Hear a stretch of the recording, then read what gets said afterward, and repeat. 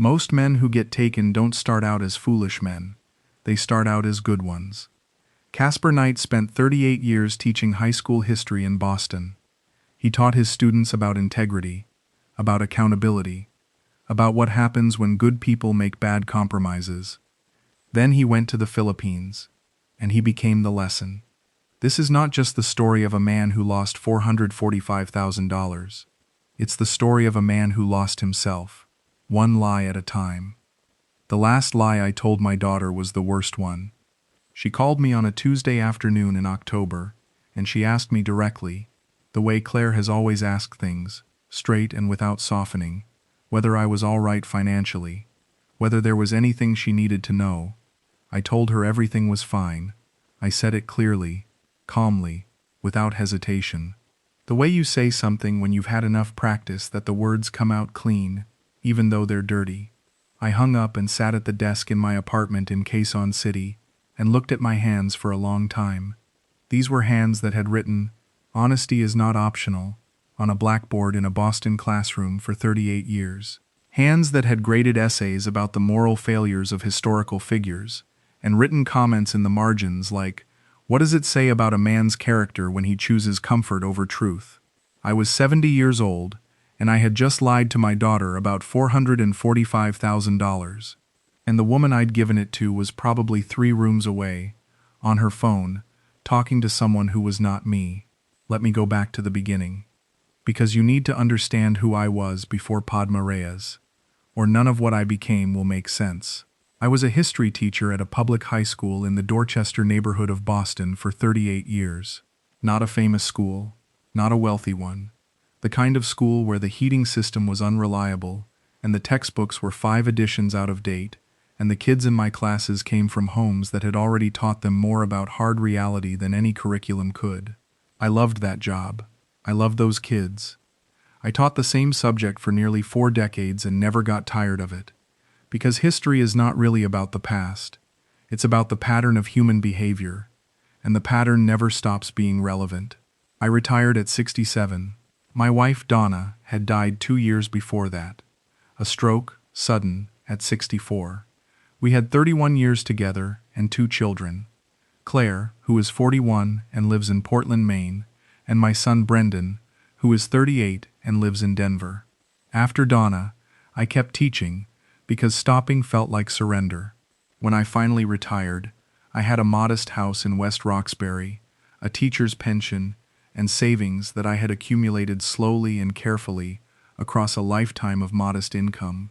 In total, across pension, savings, and a small inheritance from my mother, I had about $600,000 to my name. For a retired public school teacher from Boston, that was security. Not wealth, security. I went to the Philippines because Brendan suggested it. He had been there for a work project. He works in international development, and he spent a week in Manila and called me from there saying I would love it. "Dad, you need to get out of West Roxbury. You've been in that house since Mom died, and you're turning into furniture." He meant it with love. I took it with love. And 4 months after that call, I booked a flight. I arrived in Manila in the rainy season, which is not the best time to arrive anywhere for the first time, but I didn't know that. What I found, despite the rain and the traffic and the overwhelming scale of the city, was a place that had a kind of human warmth built into it at street level. People were patient with me when I was confused. They explained things. They laughed easily. The food was extraordinary in ways I hadn't expected. I stayed 3 weeks, extended to 5, and came home knowing I would go back. On my second trip, I went to a community center in a neighborhood called Cubao, that a contact of mine had suggested. He was an American expat who volunteered there occasionally, running financial literacy workshops. I went along one afternoon as a visitor. The center offered various community programs, and one of the counselors there, a woman who ran a support group for young adults dealing with family stress and financial hardship, was Padma Reyes. She was 36 years old. She was not dramatically beautiful in the way that makes your judgment short-circuit immediately. She was something quieter than that, warm-faced, attentive, with the particular stillness of someone who has been trained to listen. We were introduced briefly, exchanged a few sentences about the center's programs, and that was it. But I came back to the center twice more that week. And each time, Padma was there. And each time, we talked a little longer. What drew me to her was not physical attraction, though she was attractive. What drew me was the work she did. She counseled young people who were struggling, kids from broken homes, young adults managing debt and family pressure, and the specific anxiety of trying to get ahead in a city that moved too fast for most of them to keep up. She talked about her clients with the same fierce, caring frustration I had felt about my own students for 38 years. She said once, "They work so hard and the system just keeps moving the line on them. I spend half my time helping people deal with a world that wasn't designed for them to succeed in." I could have said the same thing in a Boston classroom at any point in my career. "That's exactly what teaching felt like," I told her. She looked at me with something that seemed like genuine recognition. "Then you understand it," she said. "Most people don't. I want to be careful here, because I do not want to make Padma into a cartoon villain. I genuinely believe that some of what she showed me in those early months was real. I think she did care about her work. I think she was a person of some genuine warmth and intelligence. But I also think she was a person who, at some point, made a decision about what I represented to her, and that decision was not emotional. It was practical. And once that decision was made, everything that followed was strategic. I just didn't know that for a very long time.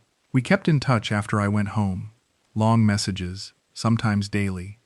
She asked about my teaching years with a genuine curiosity. What subjects I loved most. What moments stuck with me. What I thought history actually taught us about now.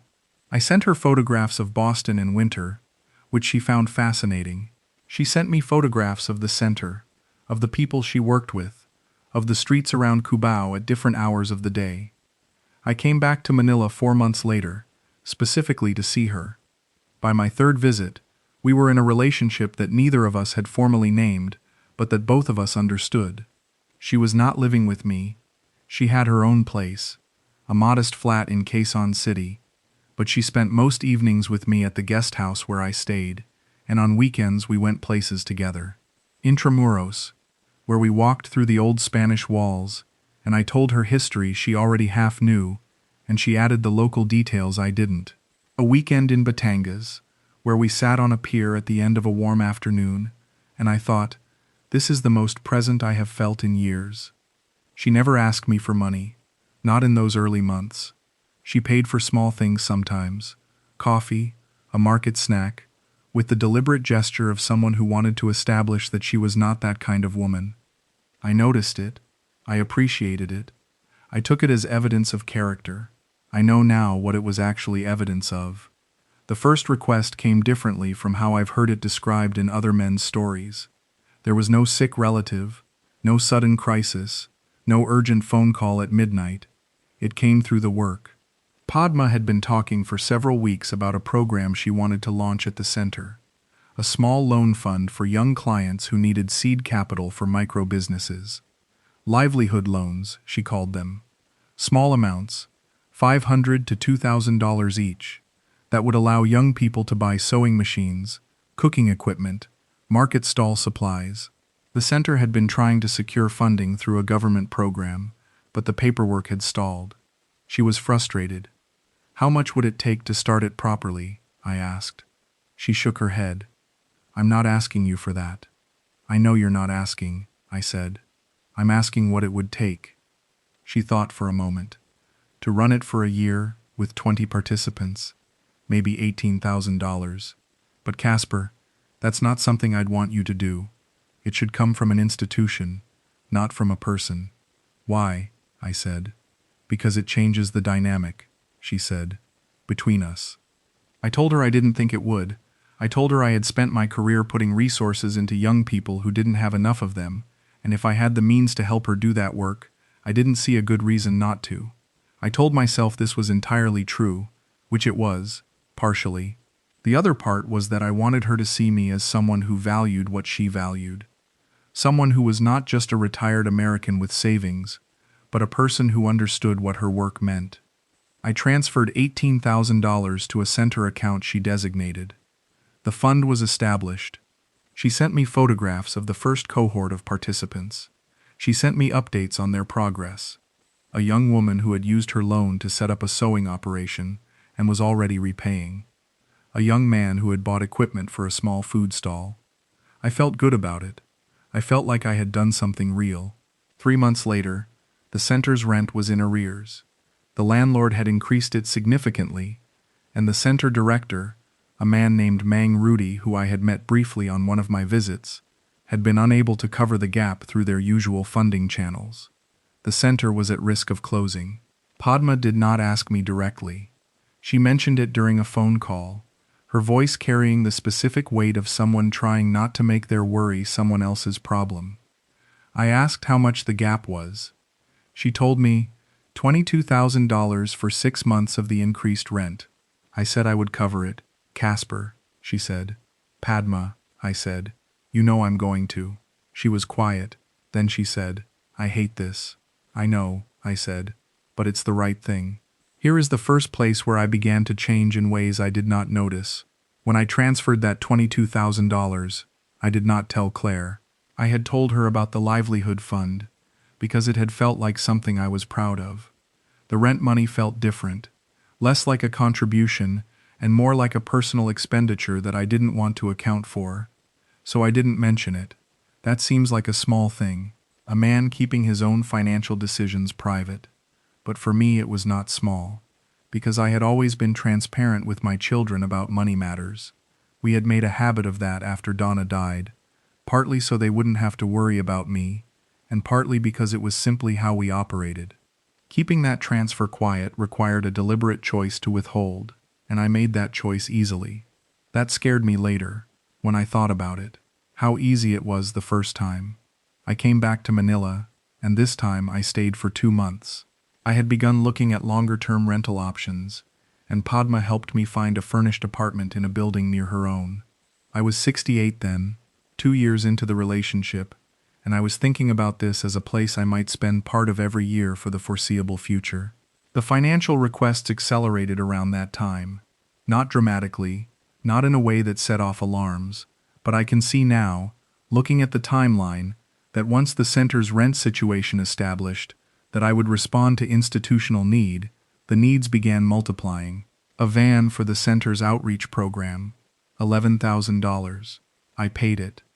An emergency fund for 3 of the livelihood loan participants whose situations had deteriorated due to a typhoon affecting their supplier networks.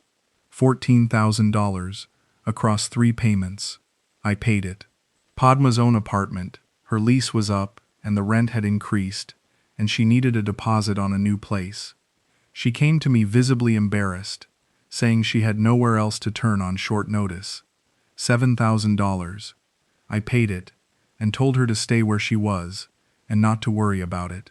Her younger brother Dominic had borrowed money from a lending group, not a formal bank, the kind of informal lending that carries penalties that compound quickly if repayment is missed. The total had grown to $31,000, and the lenders were applying pressure. She told me about it late one night, crying in a way that was controlled and quiet, the way someone cries who is ashamed of crying. I told her I would handle it. I told Claire that month that my retirement spending was slightly elevated because I was doing some home improvements in the West Roxbury house. There were no home improvements. The house was exactly as it had been. I was lying to my daughter about $31,000, and I remember, very clearly, not feeling the weight of it the way I should have. I had rationalized my way to a place where the lie felt acceptable because the cause behind it felt good. I was helping someone I loved. I was protecting her family. I was doing the kind of thing that good people do for each other. The fact that I was lying about it was an administrative detail, an uncomfortable one, but not a moral one. That is what I told myself. And I want you to understand how fully I believed it. Because the believing was not performance. The believing was real. That is how far I had drifted from the person who wrote, "Honesty is not optional" on a blackboard every September. By the time we reached the 2.5-year mark, I had transferred, in total, somewhere around $280,000. I had told Brendan, when he expressed concern during a visit to Manila, that I was making philanthropic investments in a community program I believed in. That was partially true, and almost entirely misleading. When he asked whether I was in a relationship with the woman who ran the program, I said we were close friends. That was a lie of such deliberate construction that it took me weeks to stop thinking about it. My son looked at me across a dinner table in Manila, and I lied to his face about the most significant relationship in my life. I am still carrying that. The breaking point did not come from a dramatic revelation. It came from a conversation that happened on a quiet Wednesday morning in the apartment in Quezon City. I had noticed, over a period of several weeks, that Padma was arriving later than she used to and leaving earlier. She was on her phone more, and she had started angling the screen away when I came close. Not dramatically, just slightly, in a way that could be explained as habit, but felt like something else. She had begun giving me answers that were complete, but not warm, accurate, but not connected. I asked her one morning simply, "Are you all right with us?" She looked at me for a moment, and in that moment I saw something I had never seen in her face before. Not guilt exactly, but the particular expression of someone who has been managing a situation and is tired of managing it. "I think," she said carefully, "that we've reached a point where we need to talk honestly." I felt the floor shift under everything. She told me, in the calm, measured way she told me most things, that she had been feeling uncertain about our future, that the dynamic between us had become complicated by the financial dimension, that she cared about me. She said this genuinely, I believe, but that she was not sure the relationship could continue in the direction it was going. "What direction is that?" I said. "One where you give and I receive," she said. "I don't want to be that person. I've never wanted to be that person.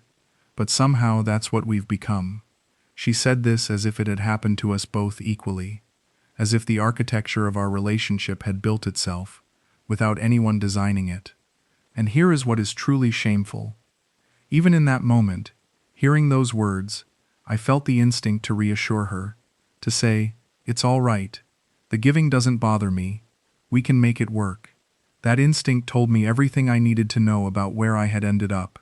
I was so far gone that my first response to being told the relationship was unsustainable was to try to save it by giving more. I didn't say it. I sat with it instead, which was the first genuinely healthy thing I had done in this relationship in a very long time. "I need to think," I said. She nodded. She left around noon, and I sat in that apartment and did something I had not done in 2.5 years. I added everything up, every transfer, every cash amount, every payment I had made through the center account, and directly to Padma, and to her brother, and to the various situations that had presented themselves over 28 months. The number was $380,000. I sat with that for the rest of the day. Not in shock, exactly. More in the particular stillness of a man who has known something on some level for a long time, and is now simply being made to look at it directly. She came back that evening. She was warm again. The warmth turned back up, the way it sometimes did after the cooler periods. And I noticed, for the first time, that the oscillation was a mechanism, that the warmth was not the steady state. It was the tool deployed when I needed managing. "I've been thinking," she said, "and I don't want to lose what we have." "What do we have?" I said. She came and sat across from me, and told me what we had, in the language she was best at, the language of shared values, of meaning, of two people who understood something about the world that most people didn't. She was good at that language. It was the language that had drawn me in from the beginning. I listened, and I made a decision that I had been incapable of making for 2 years. I decided not to believe it, not in an angry way, not in a way I announced. I just sat there and let the words come and felt, for the first time, their mechanics rather than their meaning. The way a counselor, the profession she actually held, the thing she was actually trained in, speaks to a person they are trying to move in a direction. The precise warmth, the validation before the ask, the implication that the relationship's continuation is contingent on a resolution she has not yet named. She named it 3 days later. Dominic's lending situation had not been fully resolved by the earlier payment. There was a remaining amount. The lenders had added fees and interest. She was deeply sorry. She had hoped to handle it without involving me again. "How much?" I said. $65,000, she said. I said nothing. I know, she said. I know how that sounds. Casper, I hate asking this. You know I do. I know you do, I said.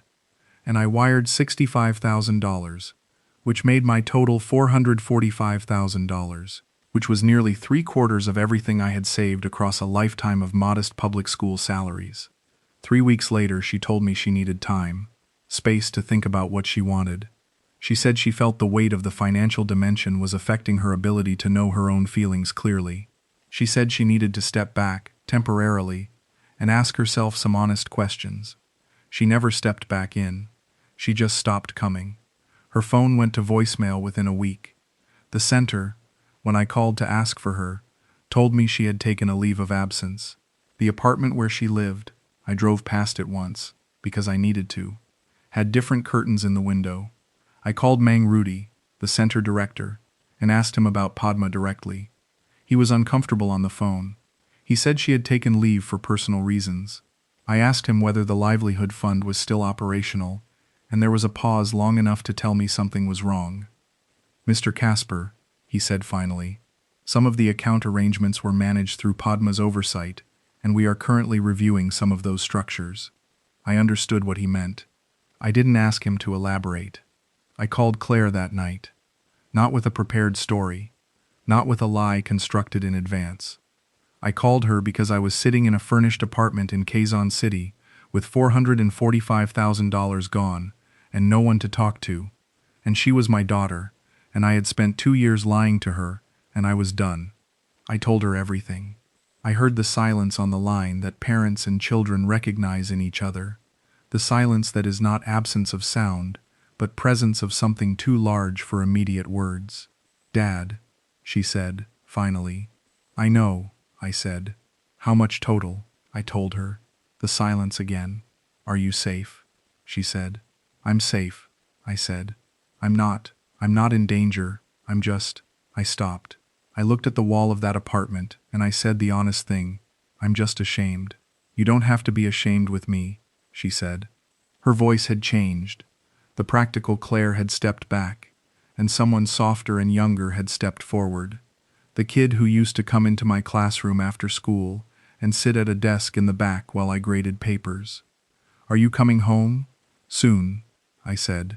Yes. I stayed 3 more weeks because I needed to consult with a local attorney about what options existed. The attorney, a man named Adderty Fermin Salazar, who came recommended by the American expat community, was thorough and honest with me. He reviewed what documentation I had. He explained the civil mechanisms available. He told me, without cruelty, that recovery of funds transferred voluntarily over an extended period, without a formal agreement establishing their terms, was extremely difficult. The livelihood fund accounts, he said, were a potential avenue, but they would require the center's cooperation and a clear paper trail that might not exist in the form I needed. Mr. Knight, he said at the end of our meeting, I want to be direct with you. You may recover some of this. You may recover none. What I would advise you to focus on is stabilizing your financial position going forward and protecting what remains. What remained was approximately $155,000 in savings, plus my pension. It was survivable. It was not what I had planned for. It was, under any honest assessment, significantly less security than a man of 70 should be carrying into his remaining years. I flew home to Boston in November. Claire drove down from Portland the weekend after I arrived. She didn't bring the anger I had half expected and probably deserved. She brought groceries and made dinner in my kitchen and sat across from me at the table where Donna and I had eaten 10,000 meals, and we talked for 4 hours. I told her things I had never told her, about how lost I had been after her mother died, about how the retirement had stripped away the last structure that had kept me functional, about how Manila had felt like the first place in 3 years where I woke up wanting to get out of bed, about how Padma had given me something I hadn't known I was starving for, and how I had let that hunger override every principle I had lived by. You taught us that integrity isn't about the big moments, Claire said. It's about the small choices. I know, I said. So what happened to the small choices? I thought about it. I stopped making them deliberately, I said. I started letting the situation make them for me. Each small choice just followed from the one before it, and by the time I noticed the pattern, I was already somewhere I didn't recognize. She nodded. She refilled my cup. She said, "Brendan wants to call you." "I owe him an honest conversation," I said. "You owe yourself one first," she said. She was right about that. The conversation I had been least willing to have was the one with myself, the one that required me to look at the man I had been for 2.5 years, without the justifications I had used to make him acceptable. A man who lied to his children while believing he was good. A man who sent $445,000 to someone he could not honestly verify, while telling himself he was contributing to something meaningful. A man who had taught generations of students about the slow moral erosion of historical figures, and then demonstrated, in his own retirement, exactly how that erosion works. I am not going to tell you I have made full peace with that. I am 70 years old, and I have a therapist now, a woman in Boston named Dr. Selena Chu, who is younger than Claire, and asks better questions than I am always comfortable answering. And the peace is something we are working toward, rather than something I have arrived at. What I can tell you is what I know. I know that Padma was not simply a monster. I think she cared about her work. I think she may have cared about me in some version of caring that existed alongside the calculation. People are not binary, not pure victims and not pure predators. And I have spent enough years teaching complicated historical figures to know that the most dangerous people are usually the ones who have convinced themselves their motivations are partly good. I do not know what Padma told herself about me. I will probably never know. What I know more clearly is what I told myself, and what I told myself was a series of small, individually defensible stories that accumulated into a large and indefensible one. Each lie to Claire followed from a choice that seemed reasonable at the time. Each transfer followed from a situation that had been carefully prepared to seem urgent and legitimate. Each compromise of my character followed from a previous compromise that had already moved the line of what was acceptable. That is how a good man unravels. Not in one dramatic moment of weakness, in 100 small ones, each of which he talks himself into, and then finds it slightly easier to repeat. Brendan flew to Boston in January, and we spent a weekend together. He is more like me than Claire is. He holds things internally and expresses them obliquely, and we spent the first evening talking around the edges of the real conversation before he finally said, over the dishes, "Dad, I just need to know you understand what happened." "I understand it," I said. "Not just financially," he said. "The other part." "I know," I said. "I lied to you. I lied to Claire. I compromised things I should never have compromised. And I did it because I wanted something badly enough that I was willing to not look at what it was costing." He dried a plate and didn't say anything for a moment. Then he said, "You're still you, Dad. You know that, right?" "I'm still working on believing that. The West Roxbury house is the same. The street is the same. Boston in February is exactly as gray and cold as it has always been, which is, I find, a strange comfort. The city's indifference to everything that has happened is in its own way stabilizing. I walk the same route I walked with Donna in the mornings, and I am working on being present in it, rather than spending the time inside my own head. I still think about Padma, not with longing. That particular feeling has been thoroughly replaced by something harder and more accurate. I think about the specific intelligence of what she did, the way she entered through the door of my values rather than my loneliness. The livelihood fund, the work she described with that fierce, caring frustration that sounded so much like 38 years of teaching. She had not found my weakness through flattery or beauty. She had found it through shared purpose. That was elegant, in a terrible way. She knew that a man who had spent his life in public service would respond to someone who appeared to share that life's meaning. She was right, and the elegance of it is the thing I cannot quite let go of. Not with admiration, but with a respect for how completely and precisely I was understood by someone who intended to use that understanding against me. What I am trying to salvage from this is not justice. There is no available justice, and I have stopped wanting one, because wanting it keeps me inside the story instead of past it. What I am trying to salvage is the man I was before Manila. Not exactly, because that man had gaps in him that Manila exposed, but something in his direction. Someone who is honest with his children, not because honesty is convenient, but because it is the only thing that holds a family together across decades. Someone who gives, because he has thought clearly about who he is giving to, and what the giving is for. Someone who knows the difference between genuine generosity and generosity used as a substitute for something else.